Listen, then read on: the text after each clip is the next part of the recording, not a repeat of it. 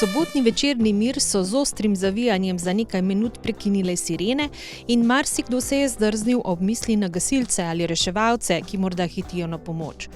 Tokrat so se sirene prižgale s povsem drugačnim namenom. Padla odločitev, da malo tele avtomobile peljemo na sprehod okrog jezera, pol vmes je pa še prišla ideja, da pa bi se tako nekako po scenariju gasilske brigade Ljubljana, pa tudi kolegov z Maribora tamle postavili v vrsto dol, pa zaploskali našim medicinskim delavcem tukaj na Bledu, ki se res trudijo.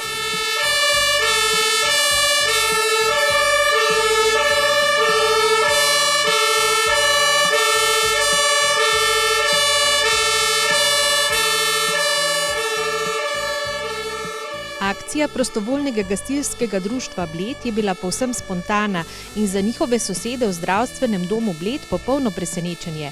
Jo nameravajo še kdaj ponoviti? Zdaj iskreno upam, da jo ne bo treba, pa da so tole vse skupaj čim prej končali. Drugače pa, če pa nekaj časa še trajali, pa ja, seveda. PKD Bled ima nekaj več kot 30 operativnih članic in članov, ki so bolj ali manj v stalni pripravljenosti. Najmlajši med njimi je star 19 let.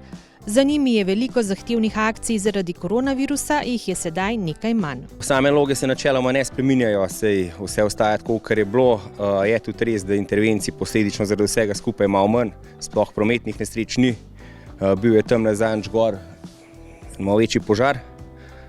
Tole pa tudi praktično edina taka velika intervencija, kar je bila zdaj v tem času, kar je tale koronavirus. Nekaj dodatnih nalog je vseeno prinesel tudi ta novi čas. Zdaj, kar se dodatnih nalog tiče, se v bistvu so nam jih dali. V primeru, tamle noter imamo kar precej enega razkožila, tako da v primeru, da za tele večstanovanjske objekte, da skrbniki teh večstanovanjskih objektov ne bi sami uspeli ali pa kakorkoli že razkožili teh objektov, bi mi priskočili pol na pomoč. Do zdaj zaenkrat še ni bilo treba, ne. Zdaj pač mi imamo vse pripravljen, druge naloge pa nič takega ni, pač vse, kar je to, da moramo, ne vem, bolj se paziti na samih intervencijah, no pa se je bilo treba že prej, se za svojo varnost moraš skozi poskrbeti.